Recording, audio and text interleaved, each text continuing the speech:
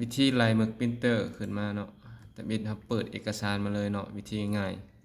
เปิดเอกสารที่เราจะปรินหลังจากนั้นเรามาปรินพรีวิวนี่ปรินพรีวิวนี่เนาะหรือว่าสั่งปรินนั่นแหละมันจะขึ้นหน้าจอแบบนี้เนาะให้เลือกปรินเตอร์เราใส่นะมันเป็นรุ่นใดเนาะอันนี้มันจะมีหลายรุ่นแต่มันจะเป็นตัวนี้Epson L3210คือของข่อยเนาะหลังจากนั้นแหละให้ปรินเตอร์property นี่เนาะproperty นี่คือว่าตั้งค่าแหละมันจะเข้ามาหน้าจอตัวนี้เนาะมันจะมีตัวนี้ main more option เนาะแล้วก็ maintenance เนาะให้เฮามาที่ maintenance นี่ถ้าว่ามันลายแบบว่าบ่ลายนะเอาลายตัวนี้ก่อนเนาะแต่ว่ามันลายแล้วมาลายตัวนี้power เนาะปินเฮ็ดตัวนี้เนี่ยเฮาคลิกเข้าไปเลยมันลายบ่ลายเนาะปินเข้าไปนี่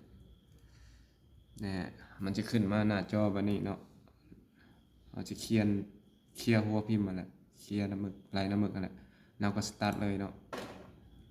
แล้วพิเตอร์มันก็สิดังไล่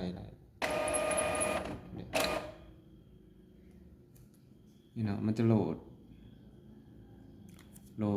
จนมันสำเร็จหมดแหละ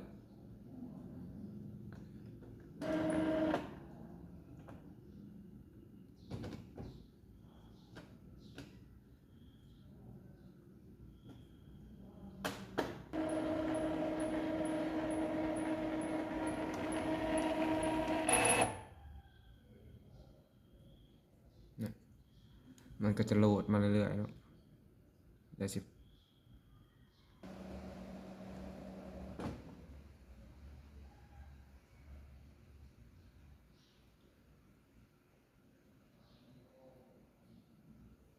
หลังจากแล้วแหละให้ปินตัวนี้เบิ่งเนาะ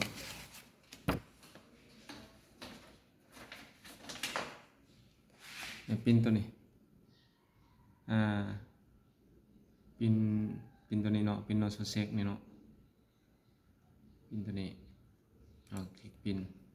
แล้วมันจะถามอีกว่าจะปินบ่เฮาก็ทางปินเลยนะเนี่ยอันนี้ภาพตัวอย่างถ้าว่ามันปกติสิแสดงว่าใช้ได้ปกติแต่เฮาต้องมาเบิ่งอยู่พิเตอร์เฮา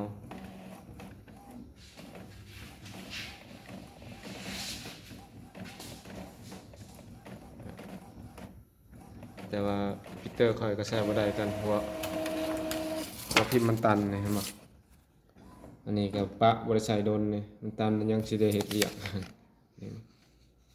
แต่ว่าได้แต่2สี